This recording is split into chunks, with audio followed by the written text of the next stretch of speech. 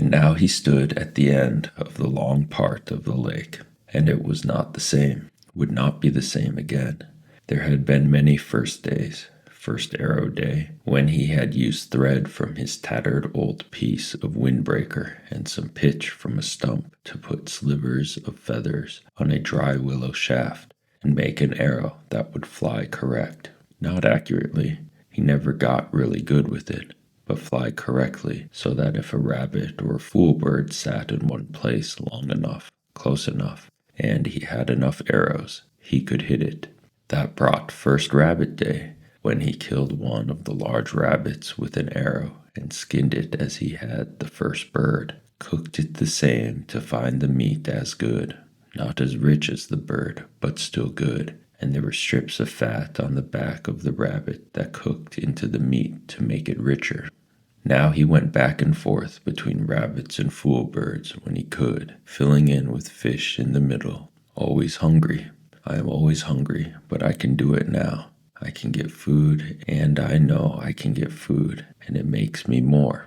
I know what I can do. He moved closer to the lake to a stand of nut brush. These were thick bushes with little sticker pods that held green nuts, nuts that he thought he might be able to eat, but they weren't ripe yet. He was out for a fool bird, and they liked to hide in the base of the thick part of the nut brush, back where the stems were close together and provided cover. In the second clump he saw a bird, moved close to it, paused when the head feathers came up, and made a sound like a cricket, a sign of alarm just before it flew, then moved closer when the feathers went down and the bird relaxed. He did this 4 times, never looking at the bird directly, moving toward it at an angle so that it seemed he was moving off to the side. He had perfected this method after many attempts, and it worked so well that he had actually caught one with his bare hands, until he was standing less than 3 feet from the bird, which was frozen in a hiding attitude in the brush. The bird held for him, and he put an arrow in the bow, one of the feathered arrows, not a fish arrow, and drew and released. It was a clean miss, and he took another arrow out of the cloth pouch at his belt, which he'd made from a piece of his windbreaker sleeve, tied at one end to make a bottom. The fool bird sat still for him, and he did not look directly at it until he drew the second arrow and aimed and released and missed again.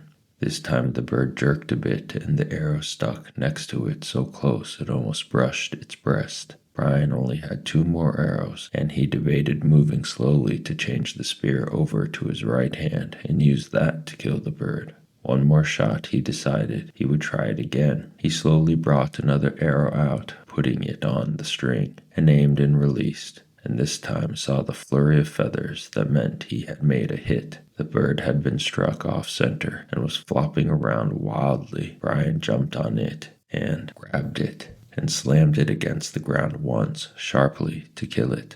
Then he stood and retrieved his arrows, and made sure that they were all right, and went down to the lake to wash the blood off his hands. He kneeled at the water's edge and put the dead bird and his weapons down and dipped his hands into the water. It was very nearly the last act of his life.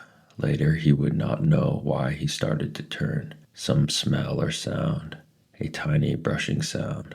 But something caught his ear or nose, and he began to turn, and had his head half around when he saw a brown wall of fur detach itself from the forest to his rear and come down on him like a runaway truck.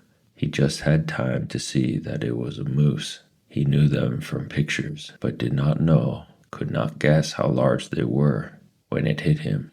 It was a cow, and she had horns, but she took him on the left side of the back with her forehead, took him and threw him out into the water, and then came after him to finish the job.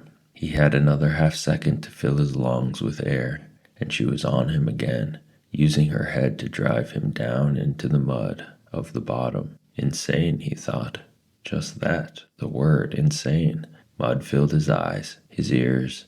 The horn boss on the moose drove him deeper and deeper into the bottom muck, and suddenly it was over, and he felt alone.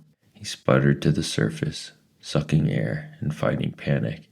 And when he wiped the mud and water out of his eyes and cleared them, he saw the cow standing sideways to him, not 10 feet away, calmly chewing on a lily pad root.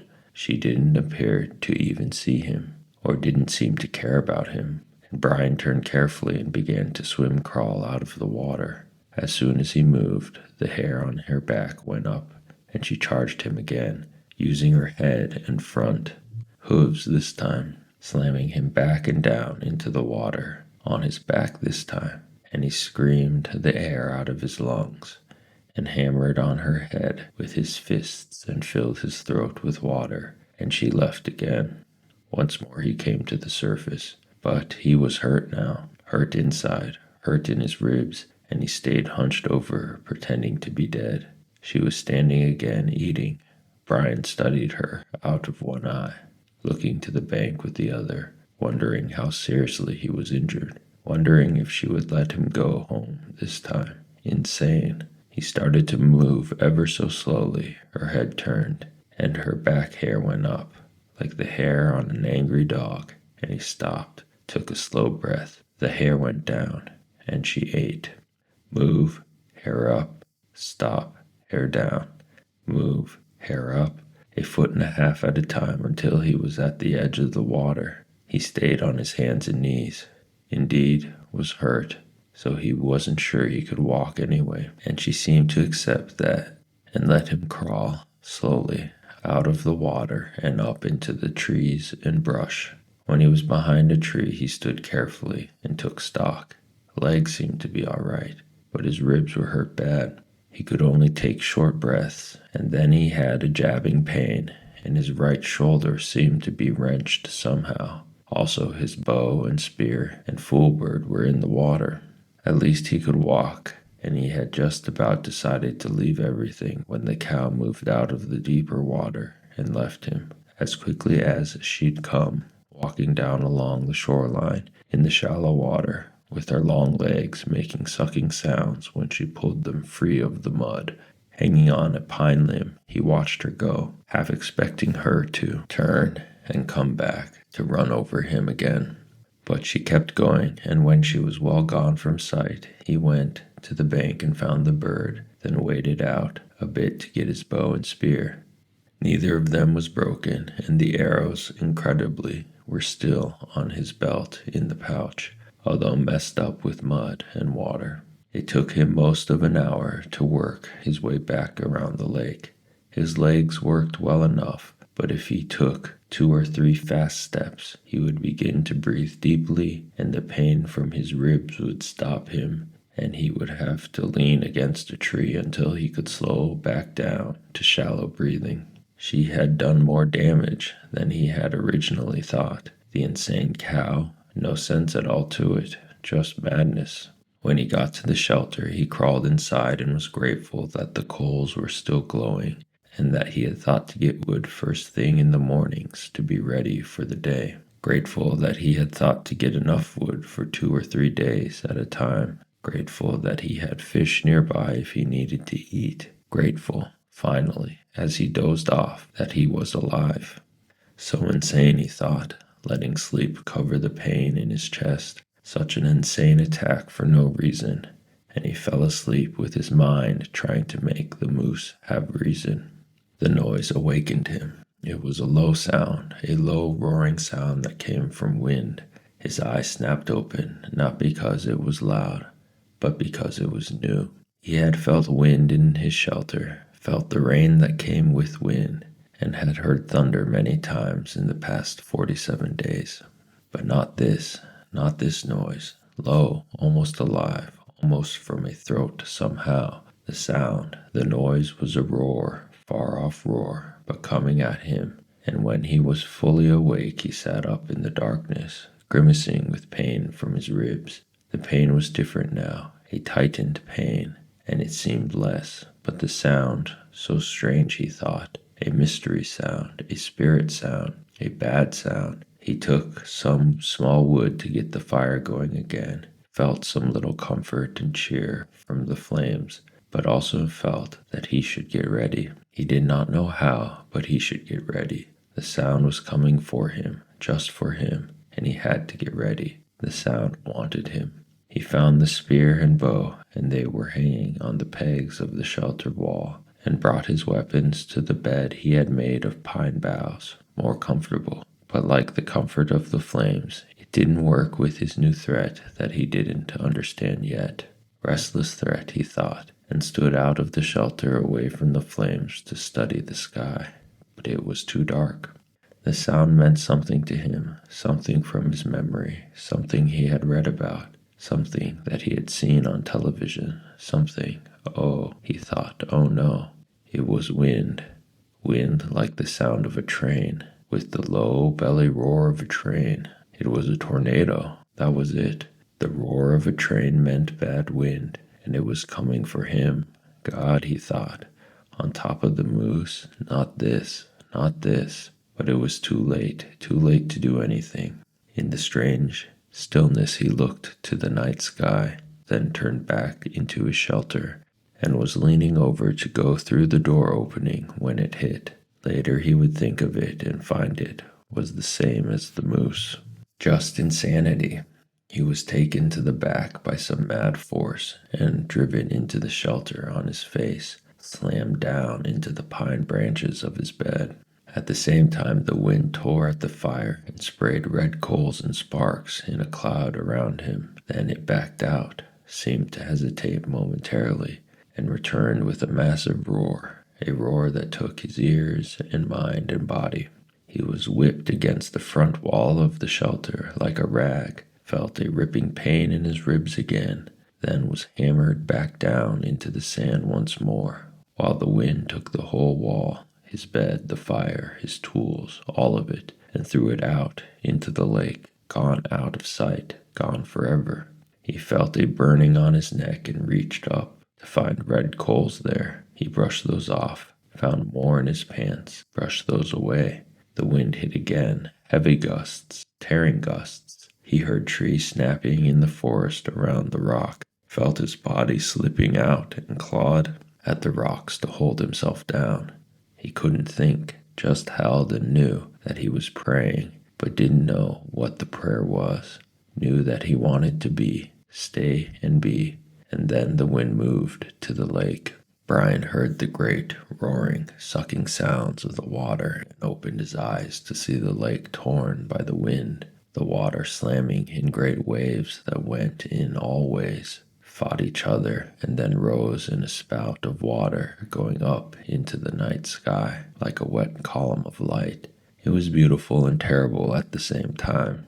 The tornado tore one more time at the shore on the opposite side of the lake. Brian could hear trees being ripped down, and then it was gone. Gone as rapidly as it had come. It left nothing, nothing but Brian in the pitch dark. He could find nothing of where his fire had been, not a spark, nothing of his shelter, tools, or bed. Even the body of the fool bird was gone. I am back to nothing, he thought, trying to find things in the dark. Back to where I was when I crashed, hurt, in the dark, just the same. As if to emphasize his thoughts, the mosquitoes, with the fire gone and protective smoke no longer saving him, came back in thick, nostril-clogging swarms. All that was left was the hatchet at his belt, still there.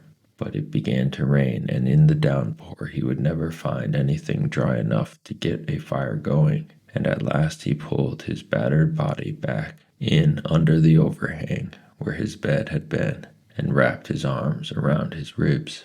Sleep didn't come with the insects ripping at him. He lay the rest of the night, slapping mosquitoes and chewing with his mind on the day. This morning he had been fat, well, almost fat, and happy and sure of everything, with good weapons and food, and the sun in his face, and things looking good for the future. And inside of one day, just one day, he had been run over by a moose and a tornado, had lost everything, and was back to square one. Just like that. A flip of some giant coin, and he was the loser. But there is a difference now, he thought. There really is a difference. I might be hit, but I'm not done. When the light comes, I'll start to rebuild. I still have the hatchet, and that's all I had in the first place. Come on, he thought, baring his teeth in the darkness. Come on. Is that the best you can do? Is that all you can hit me with, a moose and a tornado? Well, he thought, holding his ribs and smiling, then spitting mosquitoes out of his mouth. Well, that won't get the job done. That was the difference now. He had changed, and he was tough. I'm tough where it counts, tough in the head. In the end, right before dawn, a kind of cold snap came down, something else new. This cold snap, and the mosquitoes settled back into the damp grass, under the leaves, and he could sleep or doze. And the last thought he had that morning as he closed his eyes was, I hope the tornado hit the moose.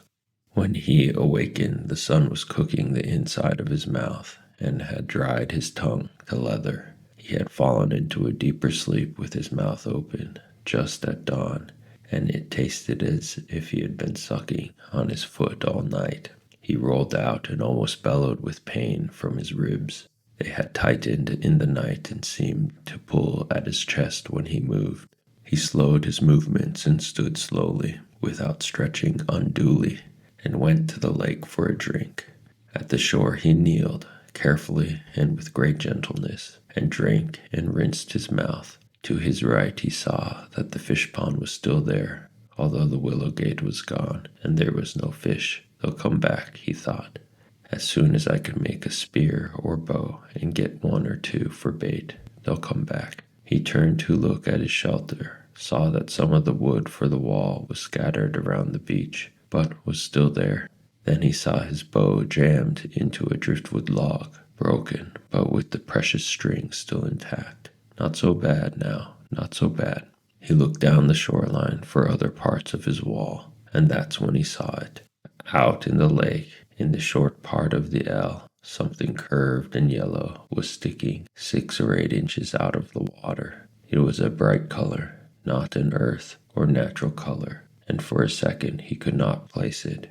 Then he knew what it was. It's the tail of the plane, he said it aloud, half expecting to hear somebody answer him. There it was, sticking up out of the water. The tornado must have flipped the plane around somehow when it hit the lake, changed the position of the plane, and raised the tail. Well, he thought, well, just look at that. And at the same moment, a cunning thought hit him. He thought of the pilot, still in the plane, and that brought a shiver and massive sadness that seemed to settle on him like a weight. And he thought that he should say or do something for the pilot, some words, but he didn't know any of the right words, the religious words.